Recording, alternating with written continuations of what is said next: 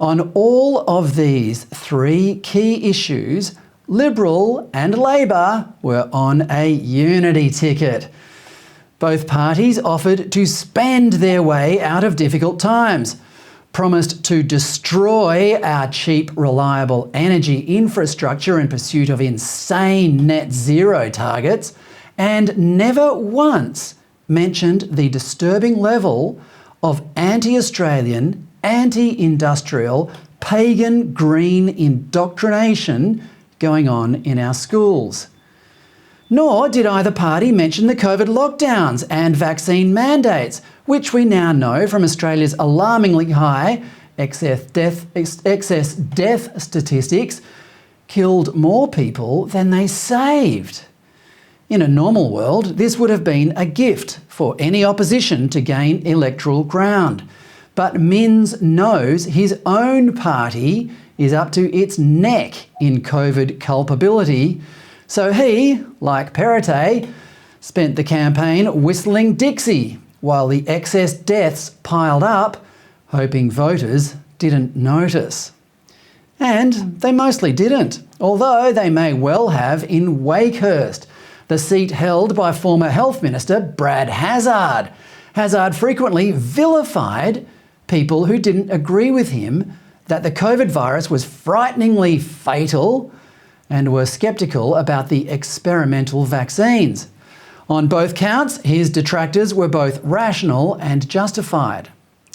His vilification of them now looks authoritarian, to say the least. Hazzard has occupied Wakehurst for 30 years, but it fell to an independent on the weekend, which surprised him. Obviously, some factors were beyond local control, he said. I honestly don't know what they are. Geez, you don't think that locking people up and coercing them to take a vaccine that is now being attributed to deaths and serious heart conditions might have something to do with it? The Liberal Party is not only deaf to its own base, it's deaf to its own principles. Here are two of them from the party's own website. We believe in those most basic freedoms of parliamentary democracy, the freedom of thought, worship, speech and association.